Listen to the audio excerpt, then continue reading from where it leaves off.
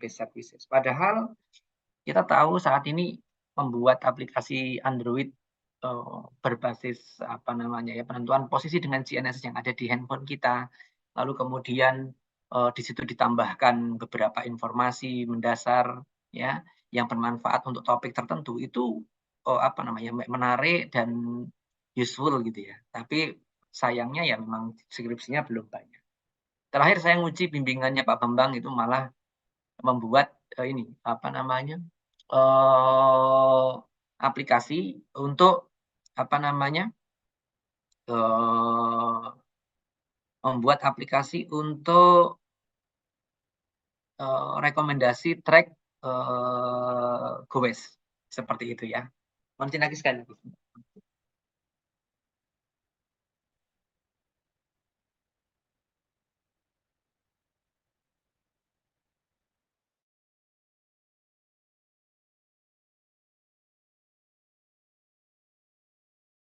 Ya, dia sudah include di situ kita bisa pakai, tidak harus banyak belajar tentang programming dan sebagainya, kita bisa bikin LBS-nya, jadi skripsinya. Oke, sebelum ke sana ya, kita akan bahas dulu tentang konsep ya, sistem, lalu kemudian jenis dari LBS dan beberapa hal yang terkait dengan itu. Gitu ya. Oh ya, bagi yang biasa yang mengalami kendala ya dalam presensi QR, silakan apa namanya di print screen halaman ini atau halaman manapun, lalu kemudian nanti jangan lupa setelah kuliah selesai langsung japri ya. Setelah kuliah selesai langsung japri biar mudah bagi saya merekapnya, gitu ya. Kalau kalian japrinya besok, apalagi seminggu lagi, apalagi sebulan lagi itu agak menyulitkan, gitu ya. Kira-kira seperti itu, hindari itu, gitu ya. Oke, ya. Nah, sehari-hari nih, kita sudah sering pakai aplikasi-aplikasi LBS ini yang saya beri apa namanya logonya yang ada di layar ini hanya beberapa yang mungkin sering saya pakai saja. Mungkin kalau diteliti user behavior-nya, apa yang kalian buka itu bisa jadi beda dengan apa yang saya sajikan ini, gitu ya. Ya ini kan tergantung preferensi ya. Ada orang yang contohnya gini lah, sesama aplikasi untuk fungsi dasar eh, bepergian menggunakan motor atau mobil secara online gitu ya. Ada yang lebih suka pakai Gojek, ada yang suka pakai Grab gitu ya. Ada juga yang pakai yang lainnya gitu ya. Ini bukan endorsement terhadap apapun yang disajikan di sini, hanya untuk membangun apa ya? Inilah apa ya?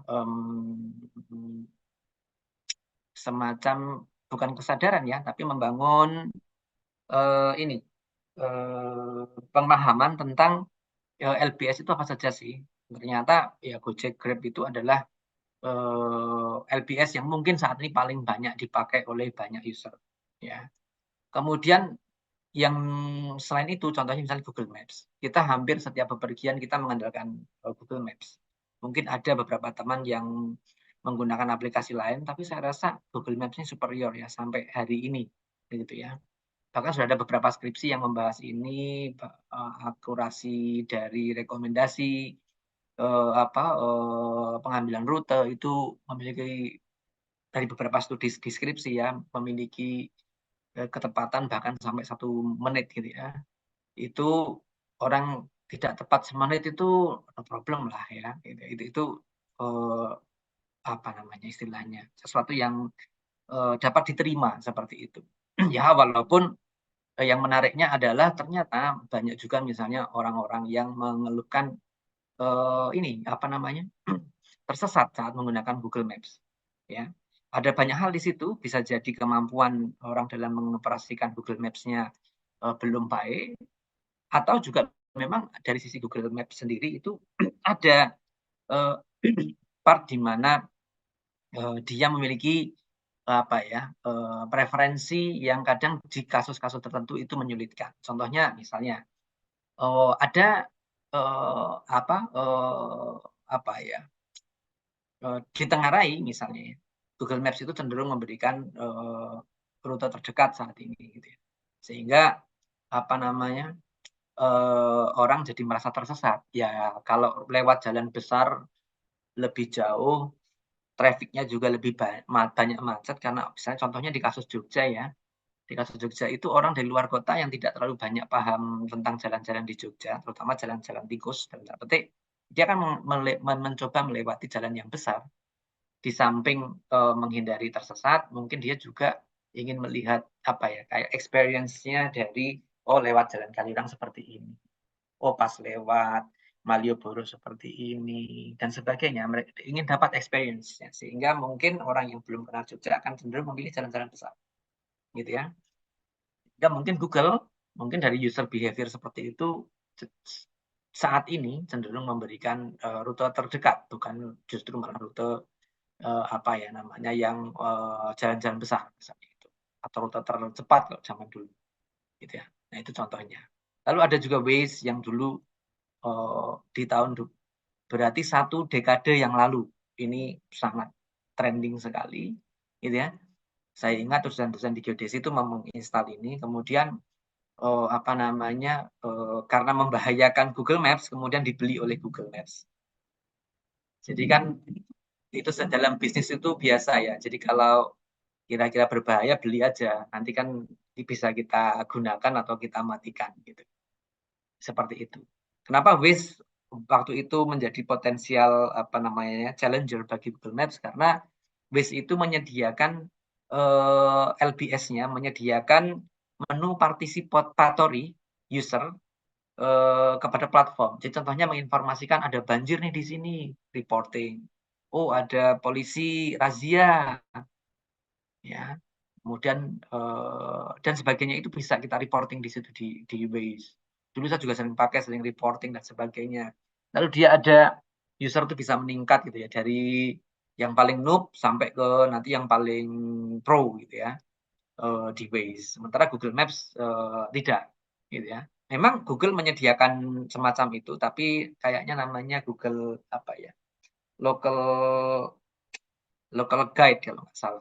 Nanti itu ada badge-nya naik, naik, naik. Terus semakin kita banyak merekomendasikan tempat, beri informasi pada Google, maka badge-nya akan makin naik, gitu ya. Saya kurang tahu apa ya imbal balik dari kita memberikan informasi itu. Sebenarnya kita menjadi semacam petugas sensus ya, karena di titik-titik spasial yang menarik itu Google biasanya nanya apakah di sini ada fasilitas untuk orang-orang difabel, apakah kalau di restoran itu ada high camp itu kursi yang untuk bayi itu yang tinggi itu, misalnya contohnya. Sebagainya dia akan nanyain kepada yang mendaftar sebagai local guide Google seperti itu. Lalu kemudian ada aplikasi-aplikasi untuk belanja, ya. Kalau dulu OLX itu awal awal mula dia populer itu karena digitalisasi dari informasi jual beli tanah, ya.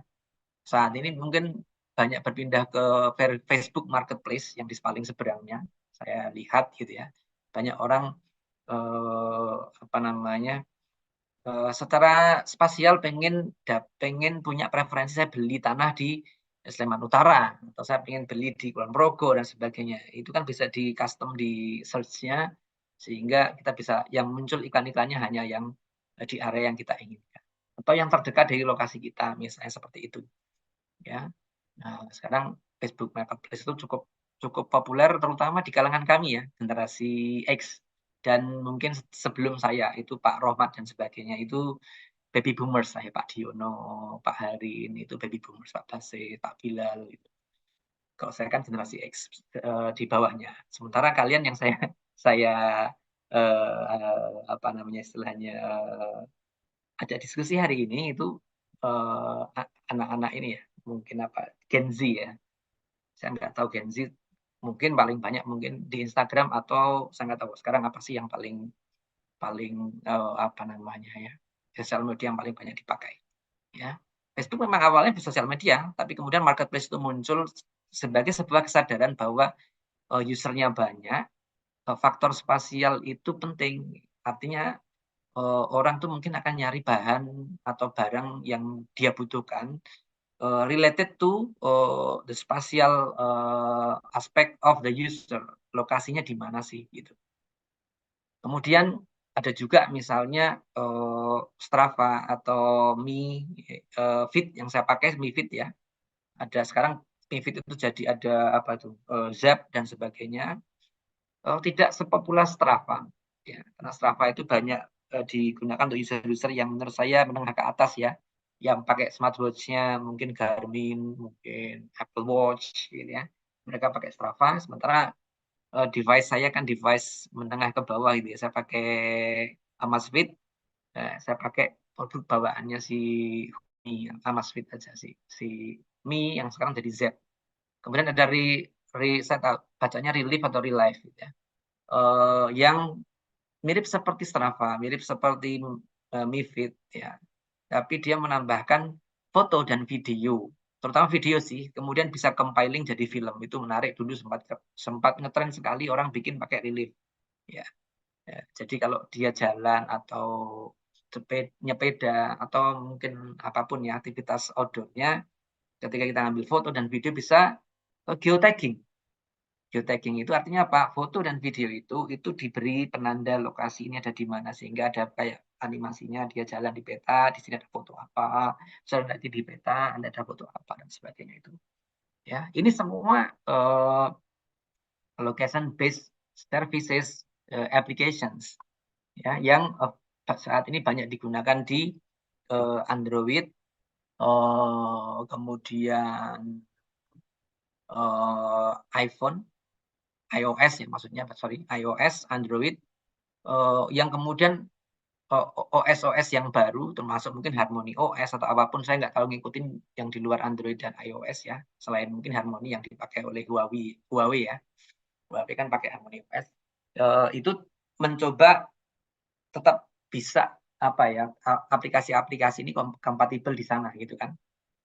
Itu sebuah konsekuensi sih kalau mereka nggak apa namanya diakan dirinya untuk aplikasi ini bisa terinstall di sana, berjalan baik di platform itu, ya sebenarnya bunuh diri gitu aja. Termasuk misalnya orang saat ini saya mau beli Huawei, salah satu alasannya mungkin apa, Huawei MatePad gitu ya, atau Huawei yang handphone ya terutama, itu mungkin kita lihat misalnya di harga itu, wah ini ditawarkan bagus nih misalnya Huawei MatePad sekian gitu ya. Wah, layarnya bagus, pen-nya bagus. Tapi kita mikirnya nih Harmony OS untuk kebutuhanku cukup mengganggu nggak nih gitu ya. Aku akan banyak bekerja di apa namanya antara Windows dan Android, ini nambah Harmony OS. Pasti ada apa ya, ruang di mana user tuh mungkin belum yakin. Atau sama seperti anak saya yang ingin uh, uh, menseriusi hobi sketching apa ya, ilustrasi ya, terutama anime misalnya. Dia ngumpulin uang untuk beli, lalu kemudian ya di harga sekian yang paling mungkin apa, oh kalau Samsung ini, tapi mungkin di harga segitu bisa dapat iPad yang seri ini gitu ya, tapi WiFi only mas, atau Huawei MatePad juga WiFi only, gimana dan sebagainya. Banyak pertimbangan-pertimbangan yang perlu di apa ya, pikirkan oleh pengguna. Nah, secara mendasar location based services, kalau kita balik ke LBS ya, setelah kita tadi banyak mungkin aplikasinya dan devicesnya, location based services itu sebenarnya irisan 3 hal besar. Ini yang disebut sebagai conceptual diagram, ya, diagram konseptual. Mungkin ada yang tahu ini tipe diagramnya apa? Siapa yang tahu? Mungkin siapa? Ada yang tahu? Coba, siapa tahu ada yang ingat zaman SMA ini namanya apa? Diagram ini. Raffi, ingat nggak Raffi? Ada namanya Raffi di sini, langsung langsung colek aja nih Raffi. Raffi, are you there? Raffi. Iya, Raffi dulu waktu SMA kalau nggak salah ini pernah dapat diagram seperti namanya apa nih? Yang lingkaran beririsan ini. diagram fan. Diagram Venn. Oke. Langsung benar di kesempatan pertama ya. Oke, mantap Raffi. Jadi diagram Venn ya, kalau ada yang teman-teman lupa, ini diagram Venn. Salah satu cara yang paling efektif untuk menyajikan konseptual ketika konsepnya ketika secara konseptual memang ada area yang dibangun oleh beberapa parameter. Nah, itu. Kalau irisan itu sudah jelas, gitu ya. Irisan itu matematik sekali. Ada tiga lingkaran didekatkan, lalu ada 4 area irisan, gitu ya. Itu sudah jelas. Tapi secara redaksional, nanti kalau kalian misalnya menyusun redaksinya, deskripsi, jawab ujian dan sebagainya, ini sebenarnya adalah ketika kita ingin mengidentifikasi apa yang dibangun oleh faktor-faktor yang kita pelajari. Contohnya di sini kita mempelajari, kita mengidentifikasi dulu ya, identifikasi bahwa LBS itu disusun oleh 3 parameter utama, yaitu internet, kemudian GIS, dan mobile devices. Itu parameternya, gitu ya. Sehingga apa sih yang dibangun oleh internet, ya, kemudian GIS, lalu mobile devices, ya. Yang dibangun itu ternyata banyak, ya, tidak hanya LBS, ya. LBS memang adalah irisan ketiganya, ya. Sehingga ketika kita punya internet, kita menerapkan prinsip-prinsip geographical information system atau geospatial information system, dan itu available di mobile devices kita, ya, maka itu location based services, gitu ya. Tapi sebenarnya ada 3 irisan tambahan. Contohnya misalnya kalau internet dan GIS, ya, kita pertimbangkan sebagai apa ya, faktor pembangunnya, maka kita bisa membangun WebGIS. WebGIS adalah GIS yang available on the web, on the internet, gitu ya. Ini banyak skripsi di sini nih. Orang bikin WebGIS ini, WebGIS itu, gitu ya. Ya. Atau kalau versi sederhananya dari WebGIS itu mungkin peta online, misalnya. Gitu ya. Peta online. Ya, kalau WebGIS kan uh, lebih kompleks dibandingkan peta online ya. Nah, kalau peta online ini lebih sederhana, lebih mudah dibuat. Ya, skripsinya juga banyak peta online. Nah, itu contohnya. Lalu kemudian kalau internet, ya, beririsan dengan mobile devices, maka disebut sebagai mobile internet. Ya, ya paling mudahnya kalau kalian generasi Z, ya, maka ya mungkin pakai data dari provider-provider itulah, itu adalah mobile internet.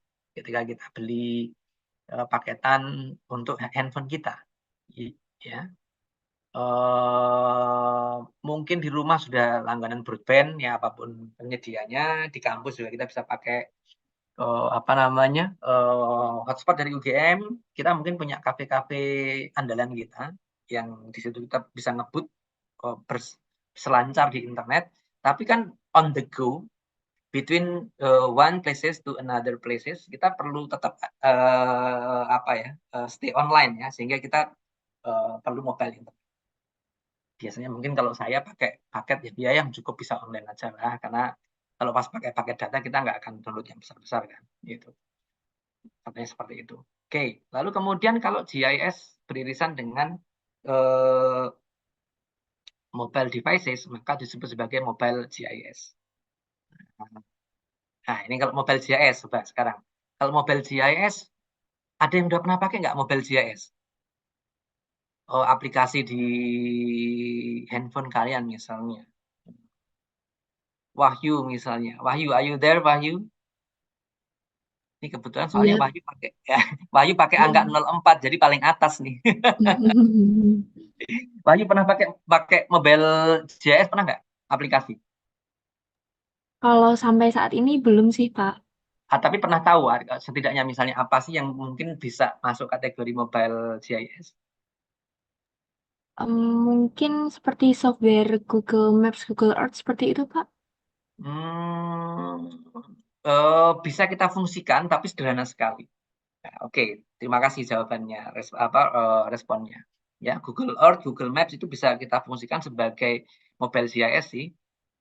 Kalau masa dia masih bingung, loh kok bisa dia jadi mobile GIS, kenapa dia nggak peta online gitu ya? Peta online kan irisannya di sini ya. Sementara kok tadi jawaban Wahyu dibenarkan Pak Dedi, misalnya mobile GIS ini. Ya, ya dia mungkin mobile GIS dalam apa ya, fungsi yang sangat sederhana. Contohnya apa? Contohnya ketika kita ingin menandai tempat-tempat tertentu, bisa loh di Google Maps itu kita tandai, kita kayak semacam bookmark gitu, lalu kita simpan lokasi itu sebagai sesuai dengan ini apa namanya keterangan kita. Gitu. Dulu saya sering, bahkan di akun saya, bukan akun yang UGM kayaknya, akun yang Gmail saya itu ada places ya, yang kalau saya tertarik atau apa saya simpan di situ, seret gitu, ya. Sehingga kita bisa cek tuh di akun kita ada places gitu, kita bisa lihat. Ya. So apa yang disampaikan Wahyu itu tepat. Tapi contoh yang lebih menurut saya skalanya lebih tepat ya itu misalnya aplikasi-aplikasi yang dibuat oleh pemerintah yang memang dia itu mobile GIS ya. Itu jelas. Atau mungkin spatial data collector ya. Jadi kalau kalian sehari-hari apa ya familiar dengan ArcGIS atau QGIS, maka data kolektor mereka itu mungkin bisa kita consider sebagai mobile GIS ya. Kenapa? Coba kita lihat tuh data kolektornya QGIS yang bisa diinstal di Android atau iPhone kalian, ya, atau iOS kalian, ya, atau data kolektornya QGIS dan ArcGIS, sorry ya. Itu kita bisa input apa ya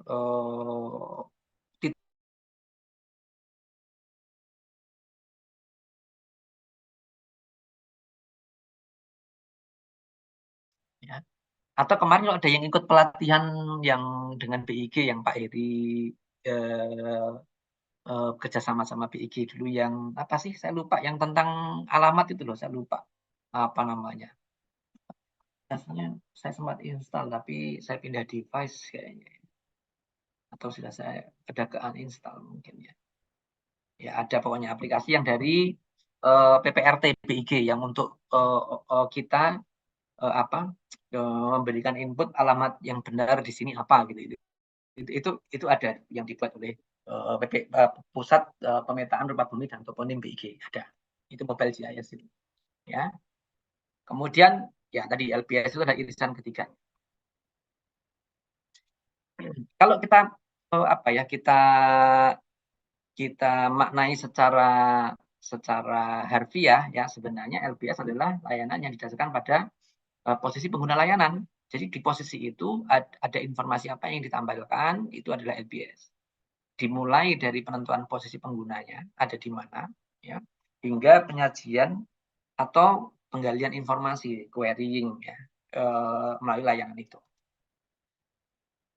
Nah, ternyata kalau kita lihat lebih jauh ya itu jadi lebih luas ya. LBS itu penyusunnya banyak, cukup kompleks ya. Mungkin kita mulai dari mana nih? Mulai dari localization dulu deh. Ya, localization misalnya. Setiap LBS itu pasti ditampilkan di atas peta atau image tertentu. Bisa jadi satellite image, bisa jadi foto udara. Maka itu yang disebut sebagai reference system. Ya, referensi. Setiap posisi pengguna itu akan ditaruh di background tertentu. Bisa peta, bisa satellite image, bisa foto udara. Kemudiannya itu adalah reference system. Gitu ya. Yang kenapa disebut reference system? Ya bentuk fisiknya adalah peta online, satellite images, yang memiliki sistem referensi kan? Pasti itu. Nah tinggal kita lihat, kalian boleh cek tuh, misalnya Google Map tuh sistem referensinya apa? Coba googling sistem referensi dari Google Maps apa. Sehingga kalian nanti kalau jangan naif ketika sudah lulus nanti ternyata misalnya gelagapan sebenarnya sistem referensi Google Maps apa ya? Aku collecting data pakai handphone tak panggil di apa? Tak download di komputer, tak tampilin di QGIS, kemudian tak tampilin di spasial data perusahaan tambangku. Kok hampir semuanya meleset ke arah sekian, ke arah sini dengan besaran bervariasi sekian sampai sekian ya. Jangan lupa, sistem referensinya mungkin berbeda antara peta yang digunakan di perusahaan tambang di mana kalian bekerja dengan sistem referensi yang dipakai oleh Google Maps yang mungkin kalian gunakan untuk menandai lokasinya. Itu contohnya. So, reference system is the first part that you have to understand. perlu dipahami, perlu diidentifikasi apapun data yang sedang kita collect. Dalam konteks LBS apa yang dipakai. Lalu kemudian part keduanya ada positioning technology. Setelah ada kanvas ya untuk menggambarnya, kanvasnya adalah peta, foto udara atau satellite image, lalu kemudian ada posisi pengguna ya yang akan ditentukan menggunakan device yang ada di handphone kita. Mudahnya GPS yang ada di handphone kita. Itu positioning technology. Nah, di situ banyak nih ya. Tentunya kalian bisa browsing ya. Dan logika sederhananya semakin high end device-nya ya mungkin positioning-nya makin akurat lah, mudahnya seperti itu. Gitu ya.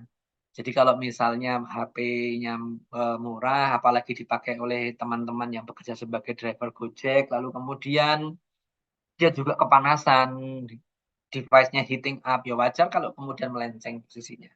Itu hal-hal yang sangat wajar. Ya. Kemudian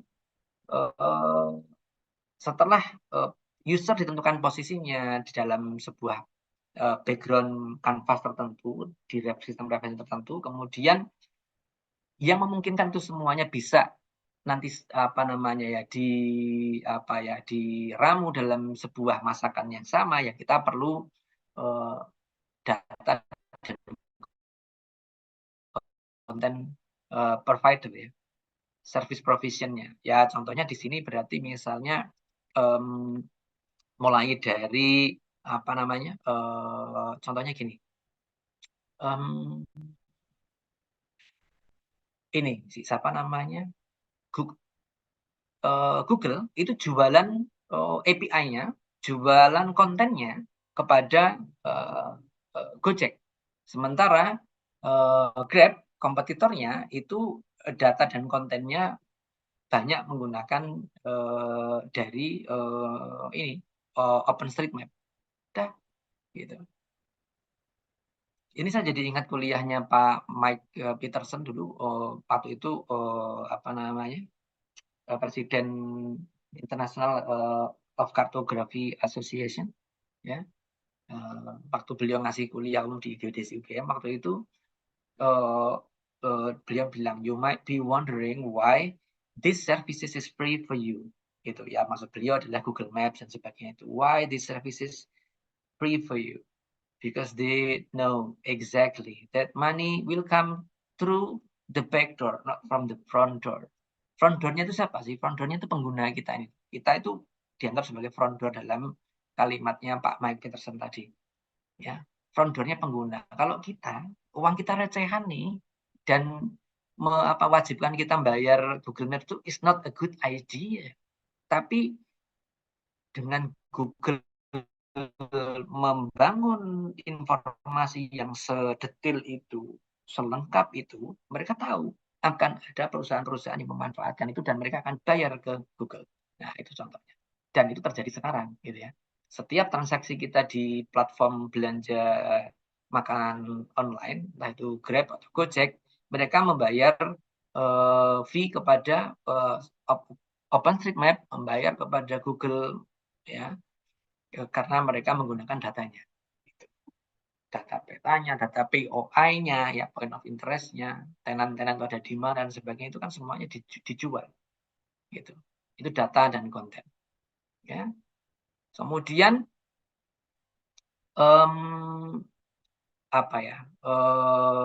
service application dan user interface jadi satu mungkin ya menurut saya di situ.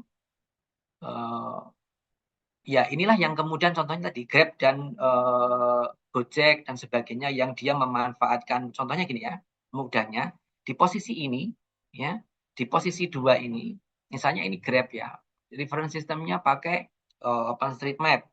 Positioning technology berarti dia pakai device yang ada di handphone kita ya, data and content provider baik itu POI ya, POI, tempat-tempat makan dan sebagainya diambil juga dari Grab.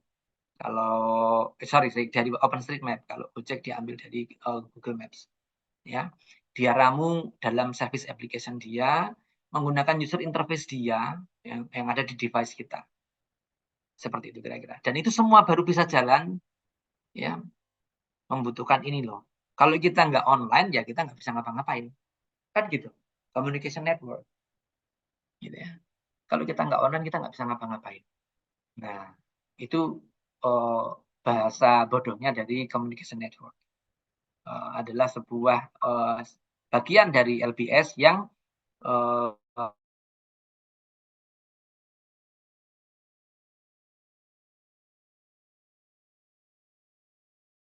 referensi dan data konten dari pihak ketiga, ya. Kemudian usernya juga ada di pihak berikutnya lagi, itu bisa saling terhubung. Kira-kira seperti itu. Ya. Nah, kalau dilihat dari apa namanya arsitekturnya, maka sebenarnya ada pendekatan seperti ini. Ya. Ya. Bisa user yang meminta lokasi, bisa user yang dicari posisinya. Ya. Jadi bisa saja kita yang meminta lokasi kita ada di mana, lalu kita akan querying informasi dari situ. Bisa juga user yang dicari posisinya, pihak platform yang mendeteksi posisi kita. Ya, nanti akan menjelaskan itu. Ya, itu semuanya apa ya? Mungkin kan dalam location based service. Kemudian ada location technology provider. Ya, dalam hal ini ya banyak yang bisa chipset GPS yang ada di handphone kita, bisa juga chipset wireless location di handphone kita. Dua-duanya memanfaatkan teknologi dari luar handphonenya ya. Kalau kita pakai chipset GPS maka dia menggunakan satelit GPS dan teman-temannya.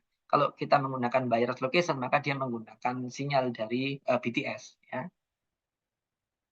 Kemudian network operator itu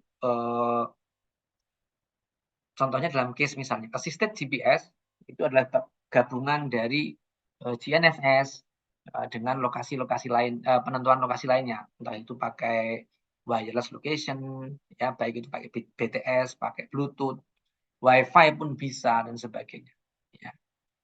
Kemudian ada service dan content provider di sini contohnya Google Maps dan OpenStreetMap yang feeding data petanya, data titik-titik menarik yang akan digunakan dalam aplikasi dan sebagainya. Kemudian regulator itu ya kalau dalam hal ini ya pemerintah sih, ya, yang meregulasi semuanya. Ya. Pasti ada nih, misalnya contohnya location teknologi provider jadi satu dengan handphone mau masuk Indonesia ya harus registrasi device, punya email, nggak punya email ya nggak bisa online kan gitu contohnya, ya. Ya. Mau beli paket data kayak apa, ya, gimana mau beli paket data ya kalau emailnya nggak aktif gitu ya. Sehingga kita nggak bisa menikmati service dan content provider. Kita nggak bisa juga melakukan ini, gitu ya. Oke, so seperti itu kira-kira ya. Nah, ini ada ini ya, ada disclaimer-nya dulu di slide ini. Disclaimer-nya adalah ini tuh slide sudah agak lama sehingga mungkin obsolete. Obsolete dalam artian tuh sekarang itu yang paling berpengaruh di masing-masing apa ya domain ini itu mungkin bukan lagi nama-nama yang ada di sini. Location provider aggregators gitu ya. Contohnya di sini misalnya ada GPS devices ya Google dan sebagainya. Ini sekarang pemainnya mungkin sudah tidak hanya ini, mungkin Google masih ya. Ya GPS devices jelas, tapi yang ini mungkin sudah berubah ya. Kemudian ada juga location teknologi developers nih. Ini yang sampai sekarang mungkin masih sangat kuat kalau handphone ya Qualcomm dan Broadcom. Ya, sebagian besar handphone kita kan pakai Qualcomm ya. Saya nggak tahu mungkin beberapa uh, teman yang kuliah di sini pakai Broadcom handphonenya, ya chipsetnya. Ya. Kemudian ada juga Surf. Ini biasanya devices GPS bukan smartphone ya. Location teknologinya pakai Surf teknologinya. Bisa juga TI ada. Ya, kemudian map providers ada Google, ada OpenStreetMap, makanya saya tambahkan di sini ya. Yang ini biar nggak obsolete, saya tambahkan OpenStreetMap. Here, ya dulu punyanya Nokia, lalu kemudian sekarang berdiri sendiri, dia juga jualan data. Ya, baik peta maupun titik-titik menarik dan sebagainya itu. ya, dan perusahaan-perusahaan lainnya ini. Ya, kemudian ada platform providers ya, ini juga udah lama banget, ini merek-merek zaman dulu ya, ada Ericsson, NSN, Alcatel. Ya, ini sudah obsolete. Nanti saya ganti aja nih, ya. Gampangnya ini nanti ada slide di belakang yang menjelaskan platform providers-nya itu maksudnya ya device-nya sih, ya. Sudah bukan itulah. Kita tahu lah siapa yang paling menguasai. Tapi nanti ada slide-nya. Ya, kemudian ada aplikasi dan konten providers ya. Google dan kawan-kawan yang membuat aplikasinya. Kalau sekarang nih banyak nih, ada Gojek, OLX dan sebagainya, sudah saya tampilkan di depan tadi. Ya. Nah, kalau balik lagi ke sekarang platform providers sampai dengan 2020 contohnya market share-nya seperti ini. Ya, silakan mungkin sambil apa ya, siapa yang di kelas ini mungkin pakai, mungkin yang paling banyak saya tebak mungkin iPhone mungkin ya, nggak tahu mungkin. Well, kalau di 2020 dia segini sih, ya dari worldwide market dia segini. Cukup stabil dia marketnya seperti itu. Ya, kemudian Xiaomi di 2020 masih menguasai lumayan. Di 2023 sudah kontendernya banyak. Transsion Holding punya trio pembunuh HP segmen kaum mendang-mending ya. Ada Infinix dan kawan, ada Infinix series, ada Tecno series ya, ada itel series ya, itu HP 1 sampai 3 juta dihajar semua sama itu ya. Termasuk yang main di situ kan Xiaomi ya. Sehingga mungkin yang banyak berkurang pasarnya Xiaomi di sini. Ya. Hijau itu ini hijau muda ding, hijau muda ya. Oppo mungkin ini justru Oppo. Oppo masih nggak tahu di 2023 seperti apa. Samsung di sini, Samsung masih besar nih segmennya. Ya. Huawei juga lumayan. Contohnya seperti itu. Ini ya platform providers ya. Lagi ke jenis LBS ya, location based service itu kalau dilihat jenisnya itu bisa maps and navigations yang fungsi dasarnya itu peta, menyajikan rute, bisa navigasi dan sebagainya. Lalu ada juga tracking system ya, misalnya nyari lokasi teman, nyari lokasi pasangan, nyari lokasi anggota keluarga ya. Kemudian vehicle tracking itu termasuk pengiriman barang Pertamina itu dia pakai vehicle tracking system dia ya. Saya nggak tahu JNE dan sebagainya apakah pakai tracking services ya, mestinya iya gitu ya. Belum pernah riset ke sedalam itu ya. Kemudian information services ya, contoh yang paling mudah lah Yellow Pages ya, itu adalah bukan aplikasi ya, sebuah bentuk location based service dalam bentuk kertas yang kita buka-buka di daerah itu ada apa saja sesuai dengan kategori-kategorinya ya. Atau misalnya contohnya yang sekarang trending adalah user generated content UGC ya. Kemudian aplikasi